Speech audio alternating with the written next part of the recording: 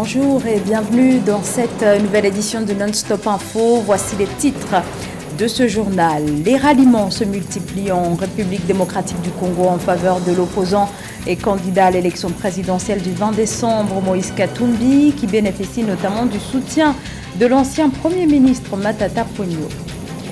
L'Afrique, le continent, contribue de manière marginale au réchauffement de la planète, mais subit ses conséquences dramatiques. C'est notamment le cas du Nigeria en Afrique de l'Ouest où les répercussions au niveau de l'économie sont considérables, vous le verrez. À suivre également dans ce journal le plaidoyer en faveur de l'inscription de la fête de l'Abissa, célébrée en Côte d'Ivoire et au Ghana, plaidoyer pour son entrée au patrimoine de l'UNESCO. Mais avant de développer ces titres, d'abord cette rencontre qui intervient après celle effectuée il y a quelques jours au Niger. Il s'agit de la rencontre ce mardi de l'ancien Premier ministre ivoirien Guillaume Soro qui s'est entretenu à Ouagadougou avec le président burkinabé de transition, le capitaine Ibrahim Traoré. Et selon un communiqué de la présidence burkinabé, la question de la réconciliation dans la sous-région aurait été abordé sans plus de précision. Quant à Guillaume Soro, au sortir de cette rencontre, il a écrit sur son compte X, réaffirmé, je cite, son soutien plein et entier à la lutte héroïque du peuple burkinabé pour le rétablissement de la sécurité sur l'ensemble de son territoire. À l'issue donc de cette rencontre qui intervient un peu plus d'une semaine après l'annonce par l'ancien Premier ministre ivoirien indiquant vouloir mettre fin à son exil qui dure depuis près de 5 ans. Il compte donc rejoindre son pays, la Côte d'Ivoire, où il est toujours sous le coup d'une condamnation à perpétuité. En pleine campagne électorale, c'est peut-être un front de l'opposition qui est en train de se constituer en République démocratique du Congo autour de Moïse Katumbi. 2 autres candidats se désistent de la présidentielle du 20 décembre 2023. Il s'agit de l'homme d'affaires Seth Kikouni et de l'ancien député national Franck Diongo qui se rallient désormais à Moïse Katumbi. Leur retrait intervient à la suite de celui de l'ancien Premier ministre Matata Ponyo. Ce désistement se fait en faveur de l'ancien gouverneur du Katanga, perçu comme l'un des principaux adversaires du président sortant Félix Tshisekedi. Philomène Tine. Moïse Katumbi est en passe d'être le candidat principal de l'opposition à la présidentielle du 20 décembre 2023 en République démocratique du Congo, RDC. À l'image de l'ancien Premier ministre Matata Ponyo Pamon, Franck Diongo, Seth Kikouni ont également décidé de retirer leur candidature et de se rallier à l'opposant et leader du parti Ensemble pour la République. Ceci fait suite aux recommandations des émissaires de 5 candidats de l'opposition congolaise réunis en Afrique du Sud du 13 au 17 novembre 2023 sur la manière de garantir l'équité des élections générales et de décider d'un candidat commun potentiel pour défier le président sortant Félix Antoine Tshisekedi. On ne peut d'ores et déjà pas affirmer que Katumbi va remporter les élections parce qu'il y a des opposants qui se sont ralliés à lui. Mais plusieurs cas de figure restent possibles. Ou Tshisekedi sera battu. On souhaite que ça soit un scénario à la libérienne et que ça soit sans tension. Ou encore Katumbi, oui, pourra l'emporter. On peut craindre aussi le scénario d'il y a 5 ans où dans une coalition, Tshisekedi a fait défection pour se présenter tout seul. Tous les cas de figure sont possibles.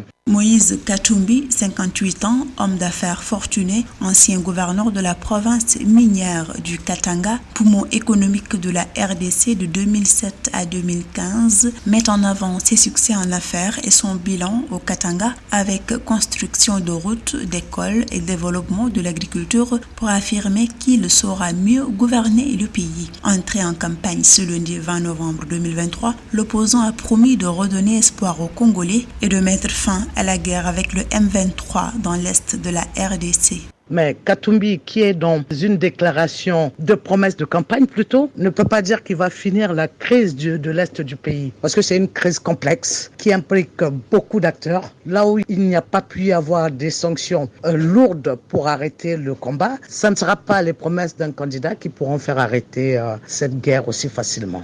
En RDC, près de 44 millions d'électeurs sont appelés aux urnes le 20 décembre 2023 pour un triple scrutin législatif provinciales et présidentielles. Une vingtaine de candidats, dont le président sortant Félix Antoine Tshisekedi, sont en liste pour le scrutin présidentiel.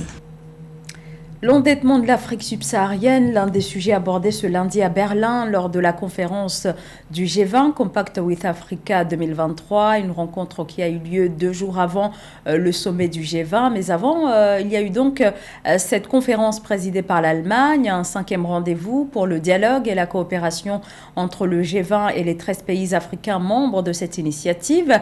Des pays représentés notamment par le président de la Commission de l'Union africaine qui a indiqué que le continent souhaite négocier sa dette avec ses partenaires des pays les plus industrialisés. Samantha Saberou Saboubanga.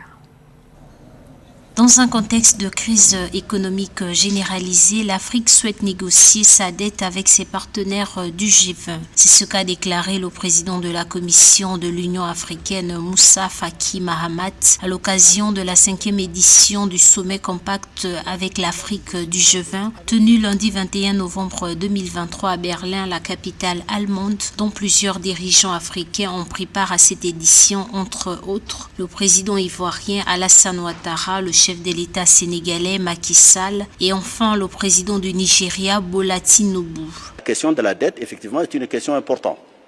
Maintenant que l'Union africaine est membre du G20, je crois que nous aurons cette plateforme de discuter avec l'ensemble de nos partenaires sur la question de la dette. D'abord, les taux sont très élevés. Il y a un narratif très négatif sur l'Afrique. Les notations ne sont pas justes, à notre avis, ce qui surenchérit les taux en matière d'investissement. Nous aurons souhaité que le gouvernement, comme le fait l'Allemagne, comme le font d'autres, c'est de soutenir les entreprises pour leur permettre d'investir dans les économies africaines. Moussa Faki Mahamat a exprimé des préoccupations concernant les taux d'intérêt élevés et la perception négative qui influe sur les investissements dans la région.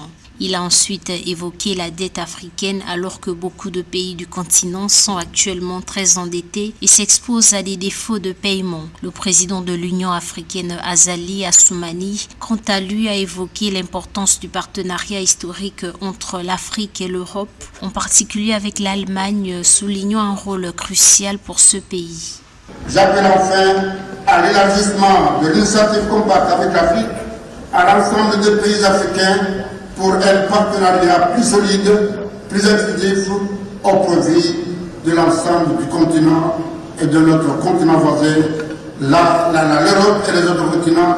S'exprimant à l'occasion, le chancelier allemand Olaf Scholz a annoncé des investissements de 4 milliards d'euros en faveur de l'Afrique d'ici 2030. Lancé en 2017 par l'Allemagne, le G20 Compact with Africa vise à renforcer la coopération économique avec 13 pays africains en améliorant le cadre économique et en stimulant les investissements étrangers. Rappelons que l'Union africaine a officiellement intégré le G20 en septembre 2023.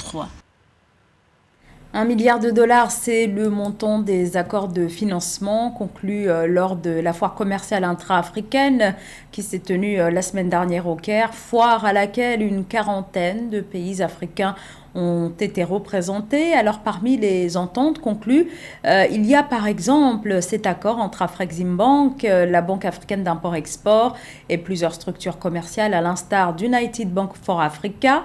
Voyez ce sujet, ce reportage de Fraternunda Kaisenga. Des accords d'une valeur de plus de $1 milliard ont été signés entre la Banque africaine d'import-export Afreximbank et plusieurs entités commerciales sur le continent. C'est le cas par exemple de la United Bank for Africa qui a signé un accord de financement du commerce de $150 millions avec la Banque panafricaine, une somme qui aidera la United Bank for Africa dans l'ajustement à la crise ukrainienne en Afrique. Ce partenariat vise particulièrement le développement de l'Afrique. La UBA est autant passionnée par le développement du continent qu'Afreximbank. Nous avons dans ce partenariat une mission et une vision claire pour la transformation du continent à travers des services qui seront bénéfiques pour tous les Africains. Les journées IATF 2023, c'est aussi le partage d'expériences exceptionnelles où la Banque africaine d'import-export a impacté les entrepreneurs africains les plus prometteurs. Et même malgré le risque, les jeunes innovateurs sont concernés. As you know, the creative sector is considered high risk. When they look at us, they think we play. Comme vous devez le savoir, le secteur créatif est considéré comme un secteur à risque. Les financiers nous considèrent souvent comme des joueurs et donc comme des investisseurs qu'il faut considérer difficilement pour des opportunités de financement. J'ai longtemps fait face à ces problèmes jusqu'à ce qu'on m'introduise à Afreximbank à travers la foire commerciale intra-africaine. Ils ont été un partenaire formidable et avec eux, j'ai pu poursuivre mon projet de production cinématographique avec leur financement. I borrow money at a good rate and I'm really grateful for that. Parmi les accords signés, celui d'une valeur de 40 millions de dollars avec la banque de crédit de Bujumbura, BCB, pour soutenir le financement du commerce au Burundi. Un financement tant attendu pour relever l'économie du pays selon les autorités burundaises. L'Afrique n'est responsable que de moins de 4% des émissions mondiales de CO2, mais très affectée par le changement climatique. Les pays africains sont parmi les plus fragiles face au dérèglement. Déficit pluviométrique, sécheresse extrême et risque d'inondation figurent parmi les conséquences. Le Nigeria est l'un des pays à faire face au bouleversement provoqué par le dérèglement climatique. Samantha Saberou-Sabubanga. Le Nigeria, centre névralgique des économies de l'Afrique de l'Ouest, est en première ligne des risques et effets du dérèglement climatique. Si rien n'est fait, le pays ouest-africain pourrait enregistrer des pertes économiques estimées à 460 milliards de dollars d'ici 2050, selon un rapport du think tank local Agora Policy. Malgré la manne pétrolière dont bénéficie le Nigeria, il n'est pas à l'abri des conséquences affreuses du changement climatique. Pour atténuer les conséquences du phénomène climatique, le Nigeria devra de plus en plus diversifier son économie, renforcer le système d'alerte précoce et l'associer au système calendaire agricole des États du pays. Le changement climatique reste donc une menace permanente et certaine au pays, surtout sur les plans sécuritaire et économique, car il affecte les produits intérieurs bruts de plusieurs pays dont les économies sont déjà en agonie. Le rapport précise que le changement climatique pourrait provoquer une baisse de 25% de la quantité d'eau disponible au Nigeria d'ici 2050.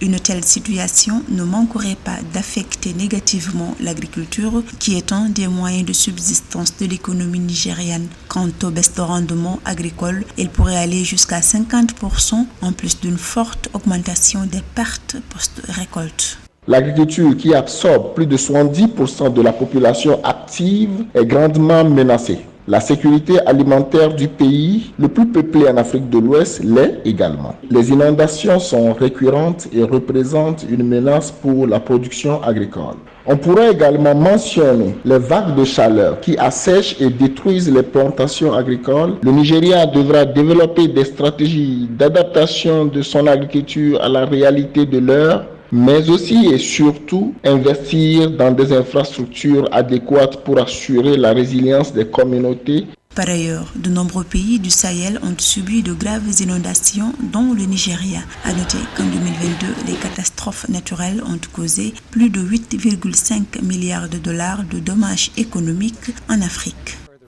À Bissa, un moment incontournable du peuple Ndima en Côte d'Ivoire. Cette fête marque le passage à la nouvelle année. C'est aussi un moment de dialogue entre les populations. La Bissa se déroule généralement en octobre et en novembre en Côte d'Ivoire, mais aussi au Ghana. Une fête dont le poids culturel est très marqué. C'est pour cela que certains plaident pour son inscription au patrimoine culturel immatériel de l'UNESCO. Reportage Marcel Kouassi. Au-delà des frontières qui les séparent, la Côte d'Ivoire et le Ghana partagent en commun des liens culturels et ancestraux. L'Abissa en est un exemple. La traditionnelle fête de l'Abissa est un moment de célébration de l'histoire du peuple Nzima et d'analyse de la gouvernance à la fois du roi, de la notabilité et des membres de la communauté. Cette cérémonie patrimoniale transnationale, datant de plus de 2 siècles, débute au Ghana et se termine en Côte d'Ivoire. Afin de placer l'Abissa dans sa plus grande perspective, les promoteurs plaident pour son inscription au patrimoine immatériel de l'UNESCO. Pour Sa Majesté Tanoé Amon, roi d'Nzima Kotoko, président de la Chambre des rois et des chefs traditionnels de Côte d'Ivoire, c'est d'avoir l'appui du gouvernement en en relation avec l'UNESCO pour que très rapidement la Bissa soit inscrite au patrimoine immatériel de l'UNESCO. On sait que cette démarche demande à la fois la contribution des populations, la contribution du gouvernement et l'appui de l'UNESCO. Ce qui permettra au Ghana et à la Côte d'Ivoire de présenter un dossier commun plus complet et plus cohérent. La célébration de cette alliance, qui existe depuis plus de 214 ans entre les peuples Nzima de la Côte d'Ivoire et du Ghana, se déroule au début du dernier trimestre de chaque année et draine des milliers de visiteurs locaux et internationaux. Son inscription au patrimoine immatériel de l'UNESCO pourrait, selon les experts, accélérer l'attractivité économique des deux pays et partant du continent africain. Il faudrait dire que c'est une visibilité que cela accorde et cela crée aussi de l'attractivité vers les destinations et apporte une plus-value à l'économie de chaque pays. Alors, il ne faudrait pas négliger cela et notamment travailler également au plan national pour l'aboutissement heureux donc de ce dossier. La Convention pour la sauvegarde du patrimoine culturel immatériel, adoptée en 2003 par l'UNESCO, définit le patrimoine culturel immatériel comme une source principale de la diversité culturelle et une garantie pour une créativité continue. Elle compte à ce jour plus de 600 éléments inscrits à travers le monde. C'était le journal de la rédaction. Merci à tous de nous avoir suivis. Restez avec nous sur Africa 24, l'actualité continue.